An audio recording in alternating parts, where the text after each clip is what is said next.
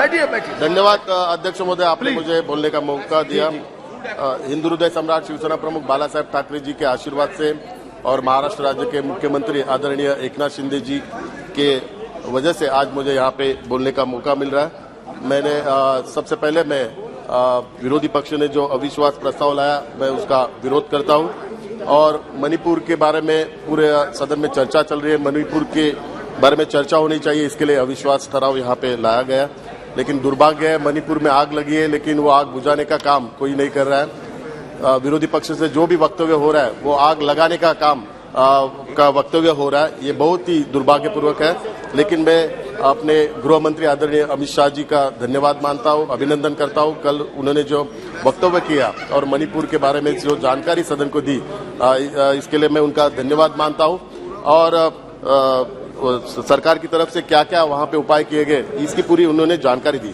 तो आज सदन को ये भी मैं बताना चाहता हूं कि मणिपुर में शिवसेना की तरफ से भी वहां पे रिलीफ कैंप लगाए गए, मेडिकल कैंप भी लगाए गए। महाराष्ट्र राज्य के मुख्यमंत्री आदरणीय एकनाथ शिंदे जी ने हमारे वहां के राज्य प्रमुख तोम्बी सिंह, इनके माध्यम से लोगों को राहत कैसे मिलेगी इसका पूरा प्रयास कर रहे हैं। महाराष्ट्र की तरफ से हम वहां पे पूरी मदद वहां पे भेज रहे हैं। वहां पे रेशनिंग की किट हो, बच्चों के एजुकेशन की साहित्य हो और हेल्थ से रिलेटेड सभी चीजें हम महाराष्ट्र से वहां पे भेज रहे हैं। और महाराष्ट्र राज्य के मुख्यमंत्री खुद हमारे शिवसेना के जो राज्य प्रमुख हैं उनके माध्यम से उसका पूरा ब्यौरा ले रहे हैं।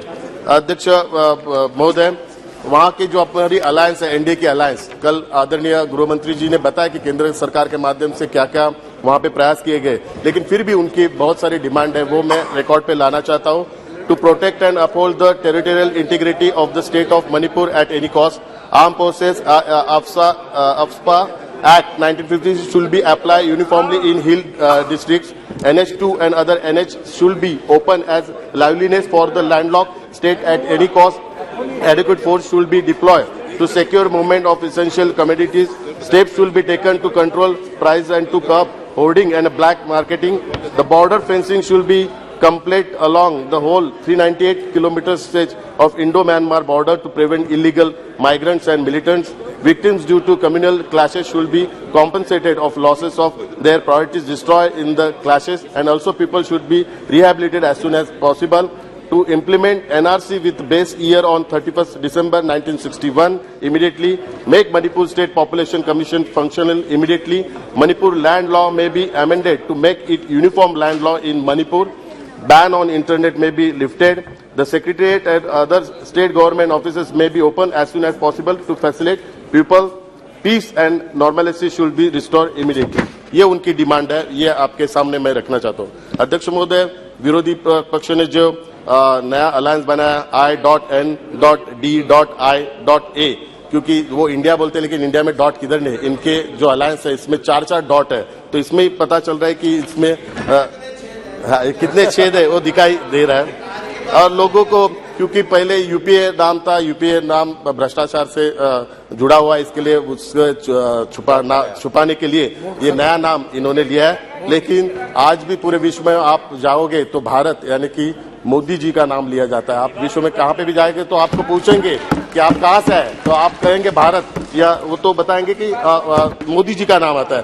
तो मैं पूरे इतिहास में जाना चाहता हूँ।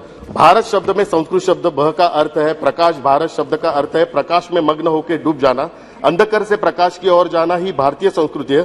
तमसोमा ज्योतिर्गमय आए, अंधकार से प्रकाश की ओर चले, ऐसा मंत्र का अर्थ है। प्रधानमंत्री श्री नरेंद्र मोदी जी देश को अंधकार से प्रकाश की ओर ले जा रहे, यही भारतीयता है। और उनका विरोध करने के लिए एक एजेंडे के पर एकजुट हुई विपक्ष टूटी हुई एक तांबे पीतल का एक विध्वंसक गठबंधन देश को अंधकार की ओर ले जाने वाला है। इसलिए मैं अविश्वास प्रस्ताव का विरोध कर रहा हूं, क्योंकि मैं एक भारतीय हूं। भारत शब्द की एक उत्पत्ति भारत नाम के 3 महापुरुषों से हुई है। शकुंतला और दुष्यंत के पुत्र राजा भरत की कहानी महाभारत के एक महाकाव्य में आती है। भगवान श्री रामचंद्र के भाई भरत से हमारा परिचय रामायण में मिलता है। भरत का आदर्श भाई का प्रतीक है, जिन्होंने केवल भाईचारे के प्रेम और सिद्धांत के लिए सत्ता का त्याग किया था। भरत मुनि, जिन्होंने नाट्यशास्त्र लिखा है। हमारे देश के संगीत, नाटक, नृत्य जैसी भी कलाओं की उत्पत्ति इसी विज्ञान से मानी जाती है। ये 3 भरत क्रमशः शिव, सत्य और सुंदर तत्व को प्रेरित करते हैं। यही सिद्धांत मतलब भारत है।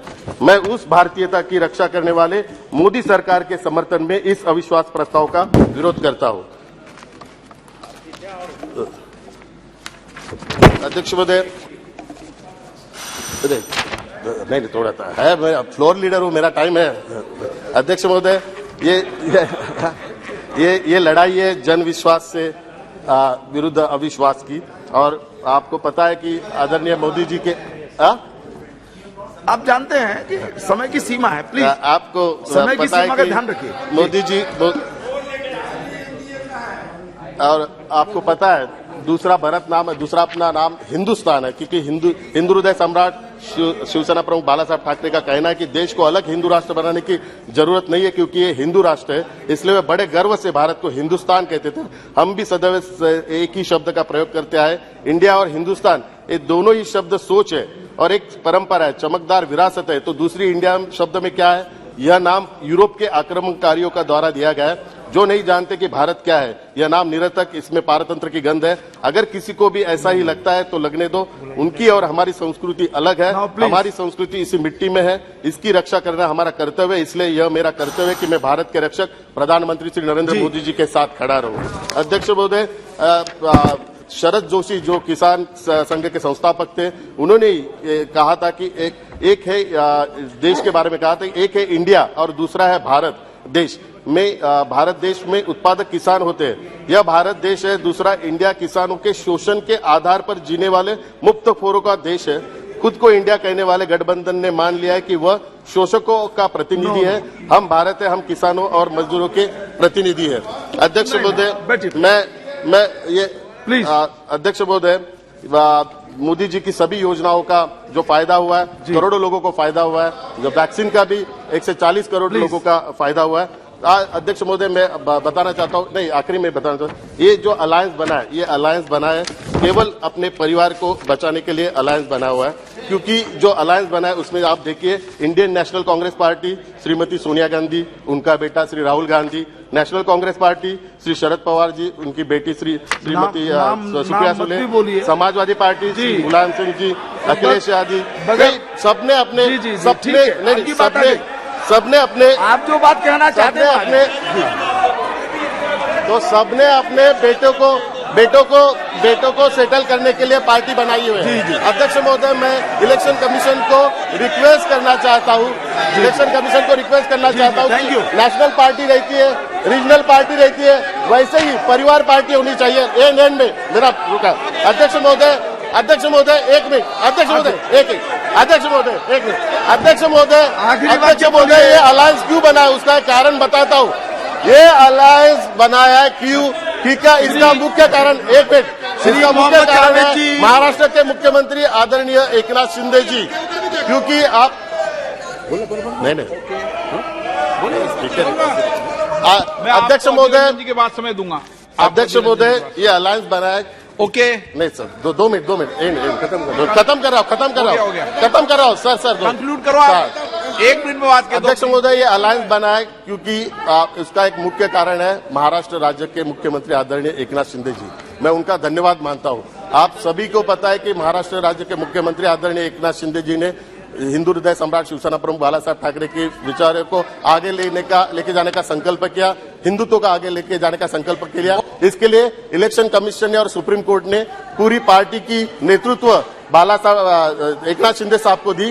तो ये फॉर्मूला शिवसेना में जो फॉर्मूला हुआ है, वो फॉर्मूला का डर एनसीपी को था, एनसीपी में भी होगा हुआ, और बाकी सब पार्टियां जो परिवार चलाती है उनको भी डर पैदा हुआ कि उनके पार्टी में भी आदरणीय एकनाथ शिंदे जैसा कोई तो होगा और उनकी पार्टी को भी